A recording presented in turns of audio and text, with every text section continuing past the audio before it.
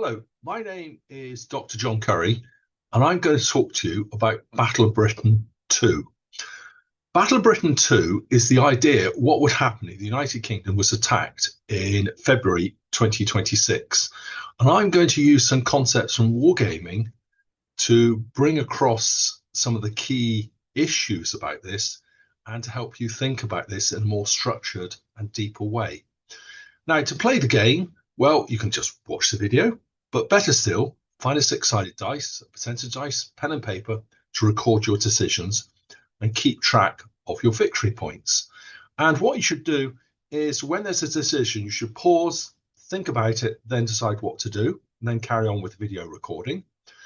Even better, get together with a few people and discuss the decisions as the game is actually progressing. And the game's about, 30 minutes long. Up to an hour long, depending on how long your discussions are. Now, when discussing the topic of the UK will never be attacked because, well, it's quite an emotive and difficult subject. So some people will say the UK will not be attacked, and basically it's because they don't want it to happen, therefore it just won't happen, Some people just find it really hard to imagine. They just can't imagine our green and pleasant land turning into a war zone like something off the television. And other people say, well, it wouldn't be rational from our perspective. Someone attacking us is not rational from our perspective, the UK's perspective. And other people say it's not rational from a potential attacker's perspective, because of all the disadvantages and chaos which wars causes. Some people say, well, other countries, in particular the USA, would simply put themselves in harm's way to stop an attack on the United Kingdom. There's other people who say, if we left NATO, no one would attack the UK. What would be the point? And of course, there's also the view that the threat of the axis of evil is exaggerated by the defence establishment. And they're saying this is going on for the purposes of them getting rich. However, we're wargamers and we're just going to assume, despite all these reservations above, that the war's actually going to happen. Now, I've seen quite a few professional games in this space, and what they immediately do is they jump to the tactical operational level.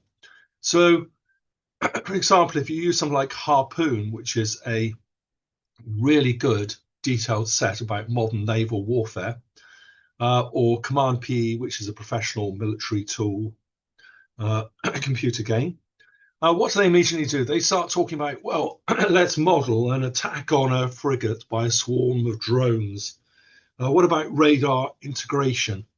What about the Sky Saber cam system? How effective is it?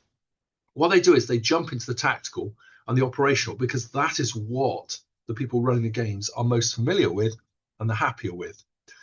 But this game is sort of taking a step back. You're the decision maker in the War Cabinet and Stratcom. You're talking about the strategic decisions, not operational or not tactical decisions. So you're thinking at the top level, what are some of the decisions you've got to think about? Now, why would anyone attack the UK? Well, one of the reasons might be not because of geography and our strategic position, because the UK produces a lot of weapons. So if you're engaged in a war with NATO, you would definitely attack the UK because just look at all those formidable weapons plants. You're going to attack the supply chain, supplying the front line in Europe, and we're part of that supply chain. So the first decision is pre-war, set your strategic objectives. And you've got 30 victory points, and you can allocate them between 11 different places, 0, maximum 5. And the victory points are how valuable and important do you think that location is? So, for example, if you think that central London is the most important part of the UK, you give that 5 victory points. So if you lose central London, it costs you 5 victory points. If, for example, you think the electricity supply industry is not that important because it supplies the civilian sector, and after the missiles stop landing, you could sort that all out, give that a value of 0, for example. So central London, despite virtual working, central London is still the home of the UK government. The nuclear subbase, critical. Naval ports. Well, we'll have an awful lot of ships damaged in a war. These are the places they'll be repaired at. We'd also have ships which wouldn't quite be ready to sail. We're having refits on, and there'd be sitting ducks in those ports.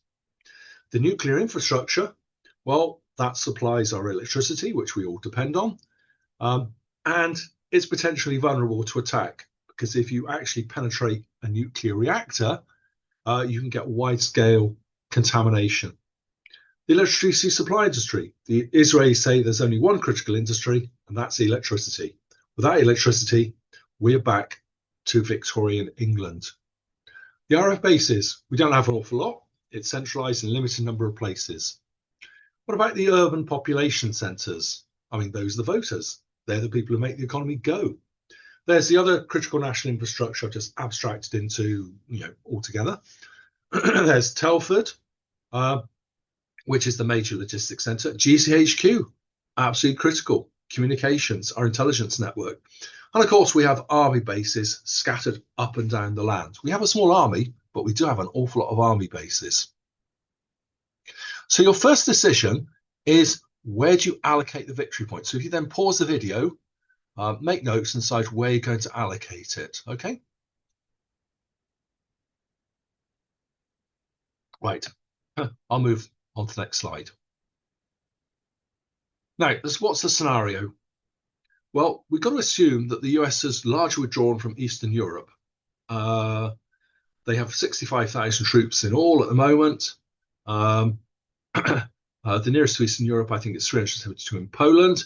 But we've got to assume that they've largely withdrawn from Europe. And the US political leadership is focused on a confrontation with China, not Russia. Whether that confrontation has actually started, whether it's threatening, whether they're actually engaged in war, it doesn't really matter for the scenario. It's the US is not focused on Europe. Now, the land force in the Baltic republics, we talk a lot in the defence sector about supporting the Baltic republics, Estonia, Latvia, Lithuania. And actually, at the moment, the UK has deployed a light brigade to support Estonia. But Latvia, the Canadian brigade, which is allocated, hasn't yet arrived. And in Lithuania, the German brigade, well, they only have a cadre there, which means they only have a handful of troops. They have the equipment there and the barracks there, just not many people in them. And they rely on the fact that Germany would reinforce that brigade to get it up to its war-fighting strength in event of a crisis. But at the moment, it doesn't have very much there at all. So the crisis starts week 1. Now, Russia demands the UK withdraws forces which are forward deployed in the Baltic, not just the brigade, but our other forces as well, and also the aggressive Royal Navy patrols which are in the Baltic, which are helping to protect the undersea cables which the NATO countries depend on. Now, it has not made the same demands to other European NATO nations. It's threatened only the UK, and it says any European country that intervenes will have one of its ports, just one of its ports, hit by WMD. NATO is thrown into disarray, and they really have to decide, each nation, do they come to support the UK or not? Because maybe this will be a limited action and it's just a Russia versus UK. Russia has nuclear weapons. Russia has chemical weapons. Russia has biological weapons. Is it really worth risking destruction? So they're basically dithering. The United States asked both sides to use restraint. Now, the intelligence system in the UK says there's a threat of a 10% chance of war breaking out in the next few days, the next week. So the first thing you have to do is set your stage of mobilization. I'll explain. So basically, you get victory points awarded if there's no war, and victory points awarded if war breaks out. So if you decide in that scenario, you're going to keep peacetime readiness, normal operations, routine training and maintenance, you get +2 victory points if there's no war this week. Remember, it's a 10% chance of the war breaking out. But if war does break out, you get caught with your trousers down, -5 points. That's an unfortunate expression. If there is war, increased readiness, heightened alert, increased training, exercises, preparation, potential point. You get +1 if no war breaks out, but -4 if it does. High readiness, forces are deployed are prepared to deploy rapidly in response to emerging threats. Well, -2 points if no war happens, -3 if war breaks out. Full mobilization. Well, you completely activated all your military force, including the reserves, for sustained operations. So what do you lose? You lose 4 victory points if war does not break out, but +2 if war does break out, because you're ready. And if you decide to go for a general war, everything is ready. You lose -5 victory points if no war breaks out, and +3 if war breaks out. So the key thing is to work out, is war going to happen? And what you're going to do is decide your level of readiness and then roll the percentage dice. And there's a 10% chance war does break out. If so, award the victory points. If not, award your victory points depending on war not breaking out. I hope that's clear. So if you pause and then have a think about that, I'll move on to the next slide.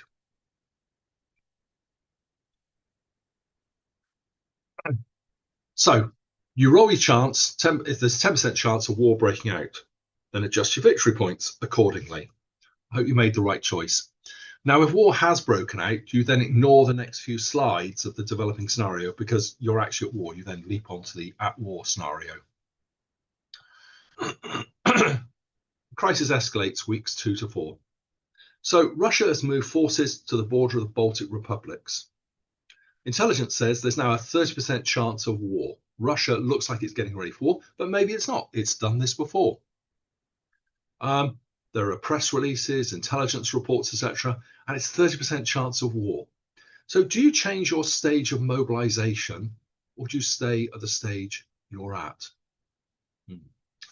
Decision. Okay, so make your decision and then roll your dice. You roll your dice and then adjust your victory points. So if you got it wrong, well, you might have lost some victory points already. Can't have everything. Because mobilizing for war disrupts the civilian economy. You pull people out of trade, causes chaos. There's shortage of toilet paper in the supermarkets. But seriously, suddenly you have a run on absolutely everything in the shops. They start emptying. You get traffic, you get chaos, you get people not turning up for work. It's really hard to prepare for war in these situations. So, crises 5 to 8. So now the Russia has mobilized reserves. There's some interference in the undersea cables and shipping in the Baltic, and the Royal Navy has had to chase off surface vessels which look like they were interfering with the undersea cables in the Baltic. So the intelligence now says there's a 40% chance of war in the next few weeks. Do you change the stage of mobilization, or do you take a chance? So roll again, 40% chance, does war break out, and then adjust your victory points accordingly. So if war hasn't broken out, it has already, it now breaks out. But Russia is only attacking the UK. It's not attacking the rest of European NATO. So adjust your victory points. UK immediately calls for Article 5. NATO is in discussion, and they've now been told that Russia will use tactical nuclear weapons on ports if any other NATO country interferes with what is a local squabble between Russia and the UK.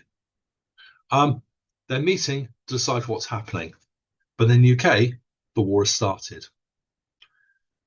Now, you next need to work out what's the readiness of the defences.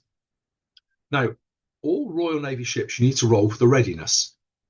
So we have 15 major surface combatants. That's 2 aircraft carriers, 6 guided missile destroyers, and 7 frigates. We also have 10 submarines, 4 ballistic missiles, the bombers, 1 is always on station, and 6 attack submarines, the nuclear submarines. So what you do is you roll d6 for each ship, each sub, each bomber. Remember, the ballistic missile submarines are called bombers for historical reasons. And you roll a d6, and if you get 1 to 2, the ship is actually in port being repaired. If it's 3 to 4, it's already committed either to NATO operations, so it's away from the UK, or maybe it's in the Far East, for example, or somewhere else around the world on a peacekeeping mission. The key thing is it's not available for home defence at that moment. If it's 5 or 6, it's available for home defence. So what you need to do is to roll for D6 for each of those and work out what you've got. Remembering you've always got one ballistic missile submarine carrying nuclear weapons, and that will always be on station. But if you're lucky, you might have more. So could you roll for those? Now, we've also got 8 SAM batteries, surface missile batteries. And there's an 80% chance each of those is actually operational. So if you roll for those, decide how many SAM SAM batteries you actually have available. So if you pause and work out what are your forces.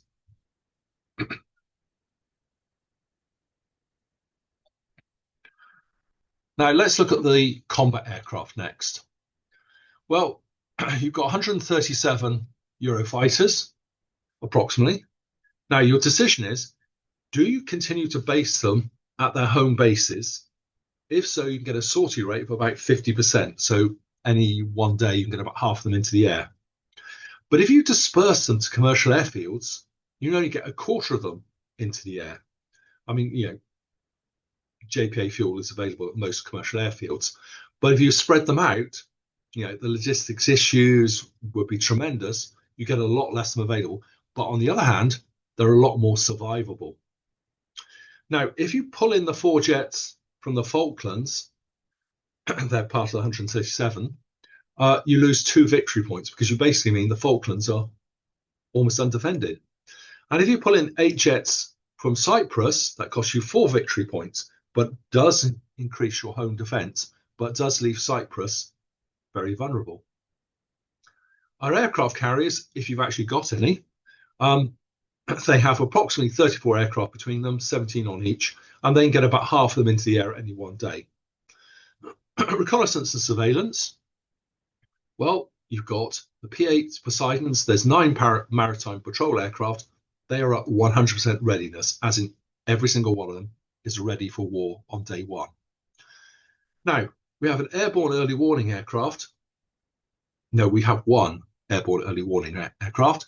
It's delivered and it's in service. So if you work out then, what are you going to do? Are you going to pull stuff back from the Falklands, the Cyprus? What are you going to do about disperse the RAF for survivability, or keep them at the home bases to maximise the number you can get into the air? Your decision. I'll move on to the next slide. Now, with your naval ships and your Poseidon aircraft, you've basically got 3 strategic choices. How many do you put in the far north? That covers Scotland and the nuclear submarine base in the far north. Do you put them in the North Sea, which puts them away from the UK, but it does cover the undersea cables, the oil gas platforms, but it does help protect centre and north of England, but it is a fair way from the UK. Or do you put them in the southeast to cover London and the south, because that's where an awful lot of our central infrastructure is concentrated, and you're putting them fairly close to the coast. Now, your airborne early warning aircraft, well, you've got 1 of them. Now, we have air-to-air refueling, but there's only 1 aircraft, so at some point it's going to have to land and there'll be a gap in coverage. Do you want the gap in coverage to be in during the day or at night? Because we only got 1, you can't keep it up there 24/7. Okay, so if you pause and make that decision, then I'll move on to the next slide.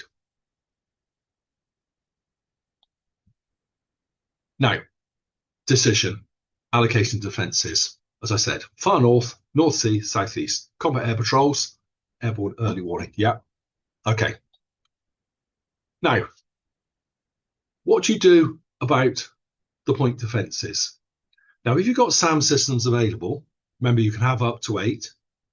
First of all, you've got to decide, do you pull in the SAM battery, which is in the Falklands? If you do, it costs you a victory point to do it, but it does give you slightly more for home defense. So what you've got to do is then allocate those between those 11 different locations.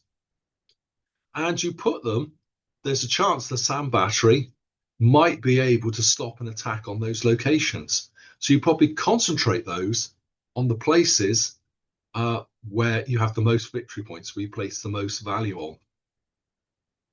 Do you just put one, or do you put two or even three protecting a particular location? So pause and think about that and put those down.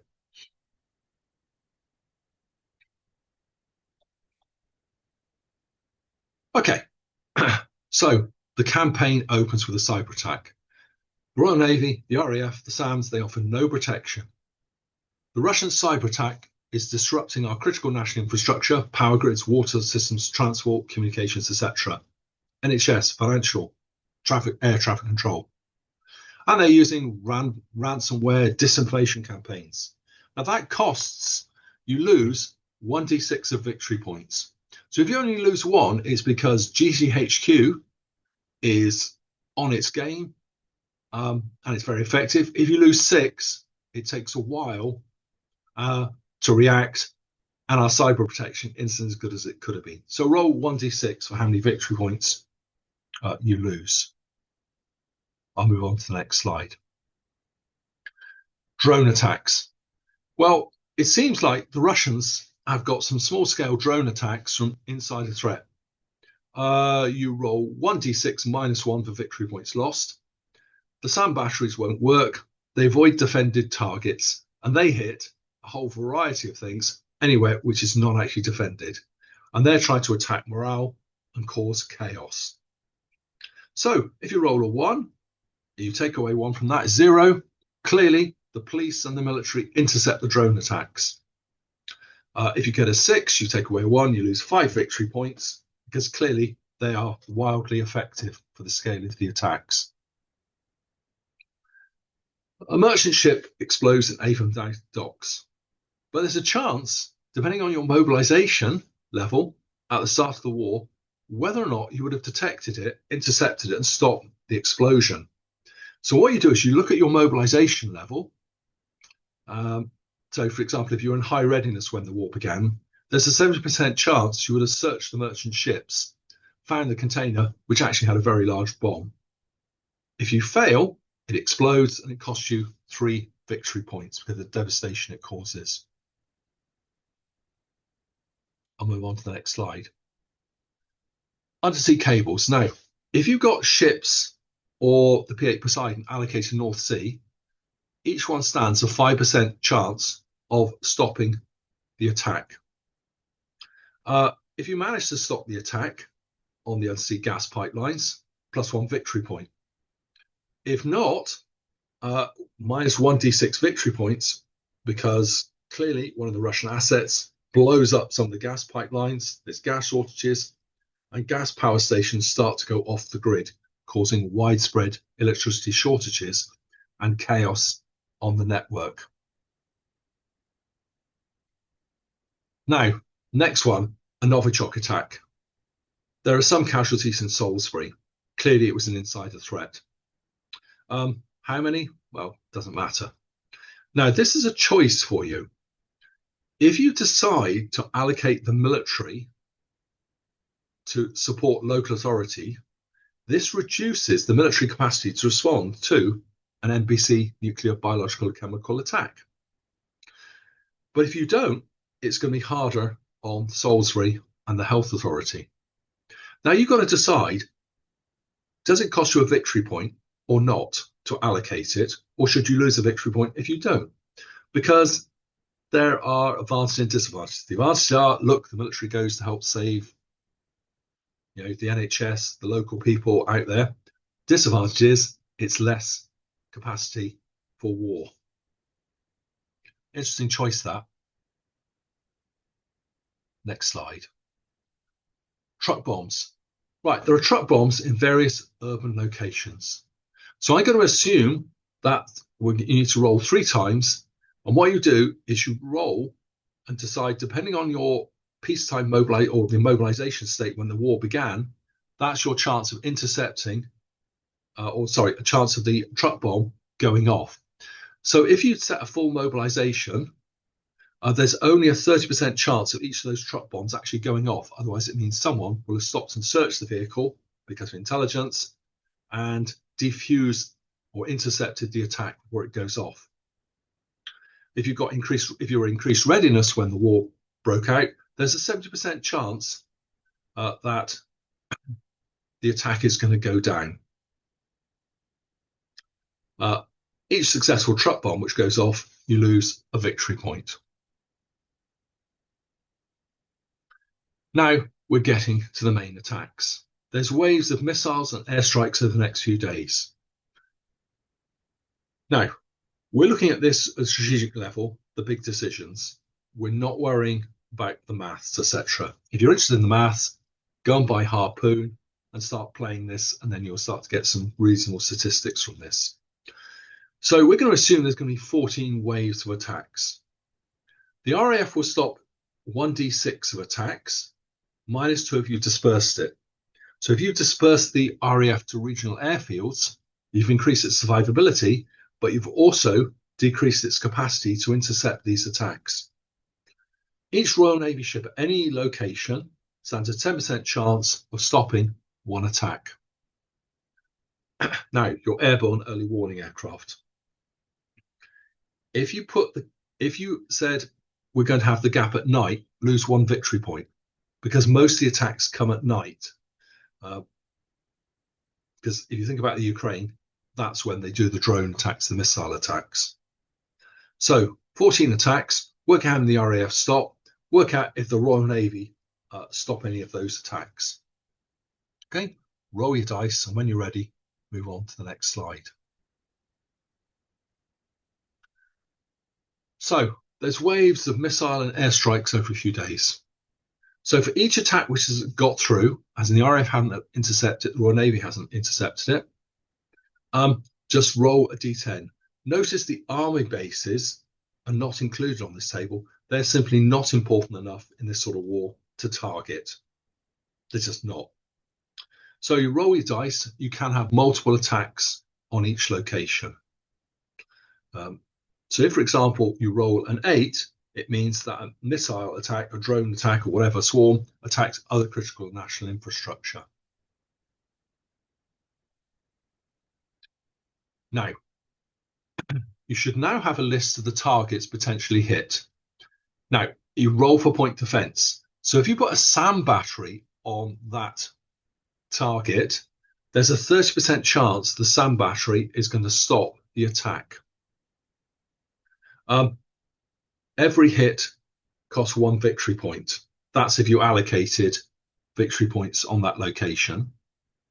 And you can lose victory points up to the maximum you allocated. So if, for example, you allocated 1 victory point to protecting urban areas and they got hit once, if there was a second strike on them, you don't lose any more victory points. You lose 2 victory points each hit on the RAF, but only 1 if the RAF had dispersed to regional airfields. And if you get a hit on GCHQ, it moves to its cold start center, and that will cost you all the victory points you allocated to the GCHQ location, because the disruption means they're not available for war at that critical moment because they're all moving to the new location. So if you work out your list of defences and what's been stopped, if anything. When you're ready, move on to the next slide. So, the battle in the North Sea. The Russians have got 7 ships, various sorts, and 5 subs. Now, if you've got an aircraft carrier, it stands a 50% chance of killing one of those ships. Each Royal Navy warship stands a 20% chance of killing a ship or a sub, your choice.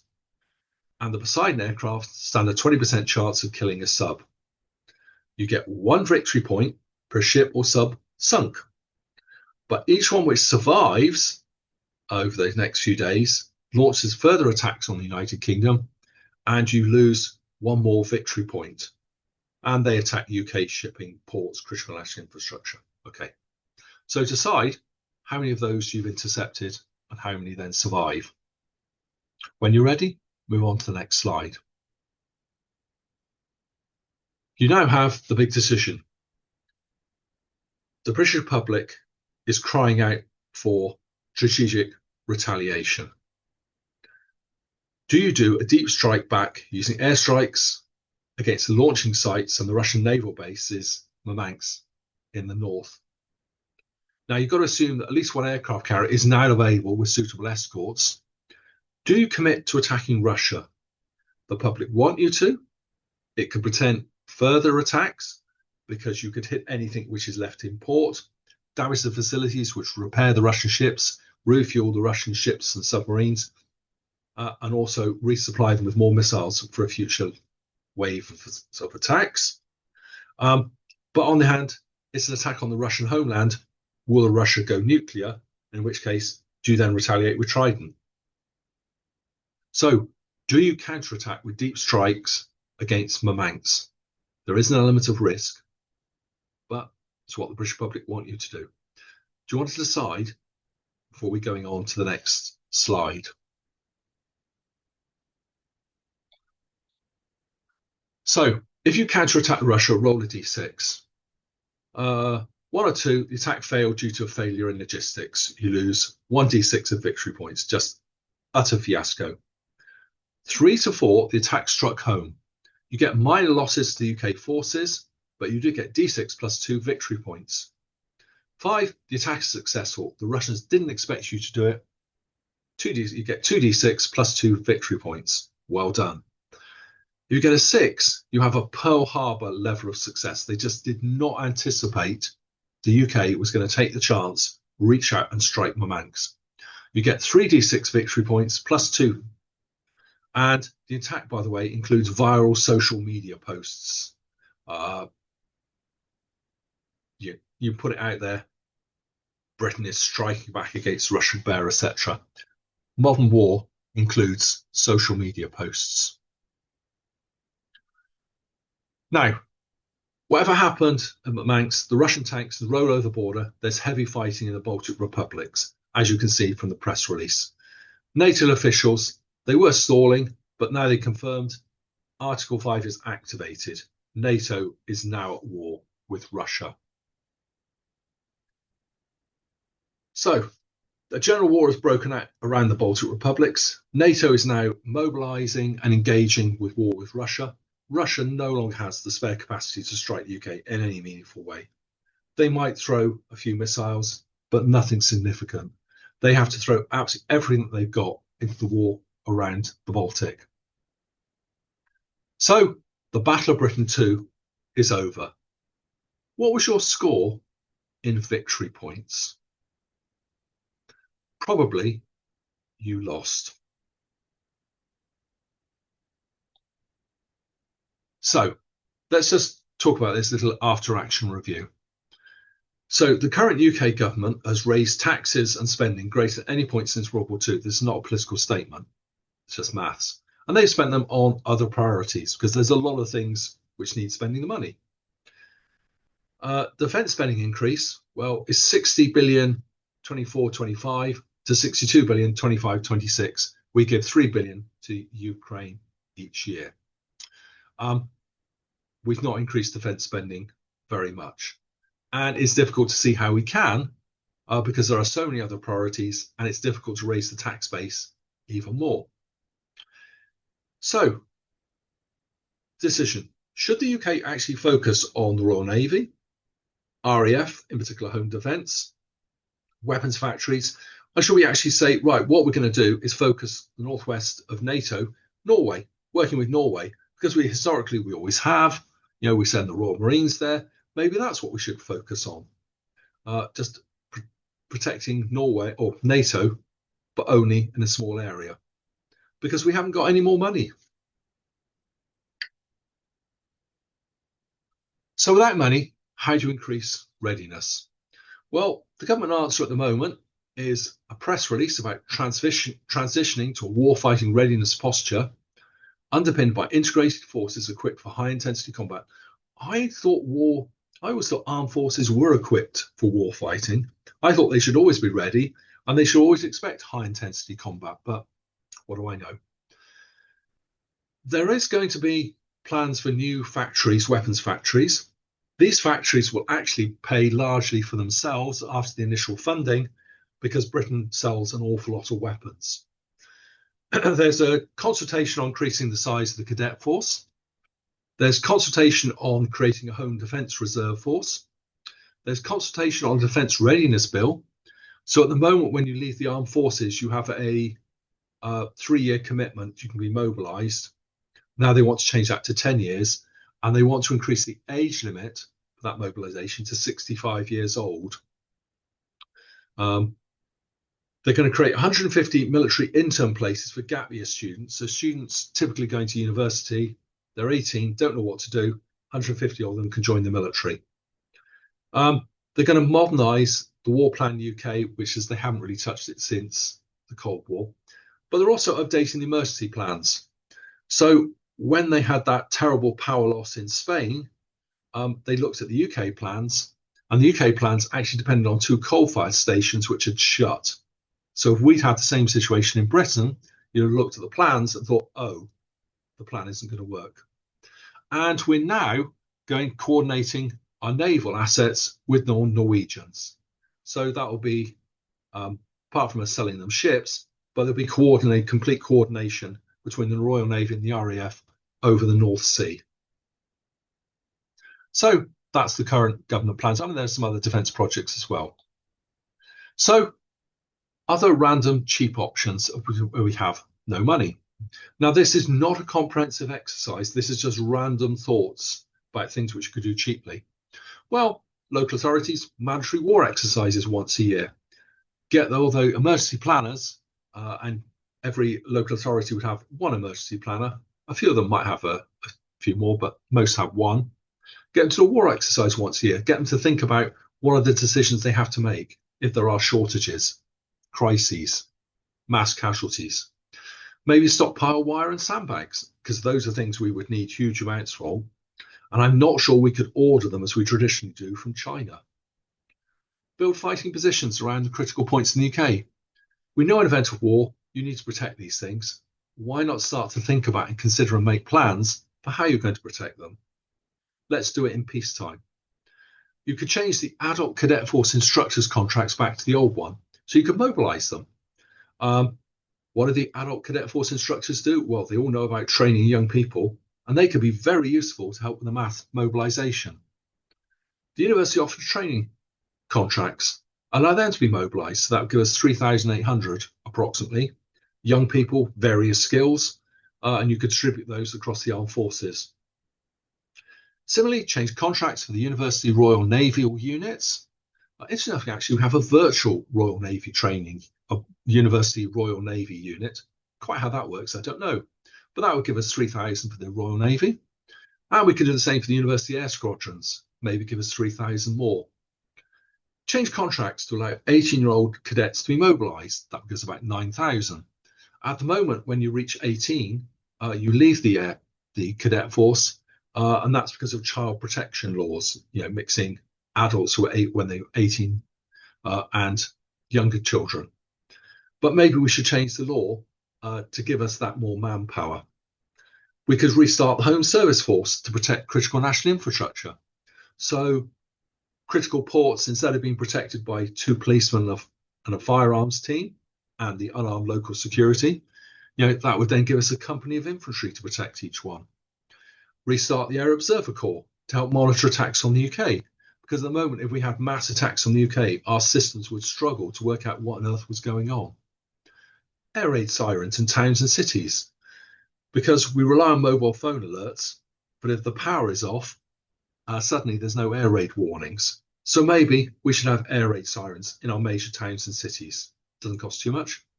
Require petrol garages to keep near maximum capacity. First thing happens in war is you run out of fuel.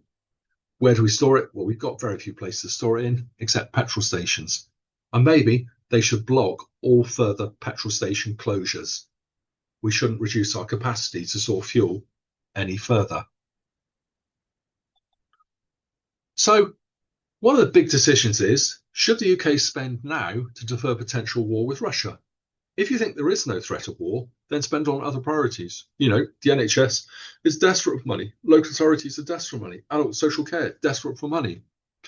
It's all about choices. And you must also think, would the British electorate support the UK government spending more on defence now unless missiles were actually falling on London? So if you said, do we fix the potholes or do we put more aircraft into the air to protect Britain, what would the public actually say? So the key question is, did this sort of game give you more understanding of UK defence posture in February 2026? And did it help you think about some of the key decisions which need to be made at a national level in the event of a crisis and a confrontation with Russia? If it did, I hope you learned something from this, and I hope you found it interesting.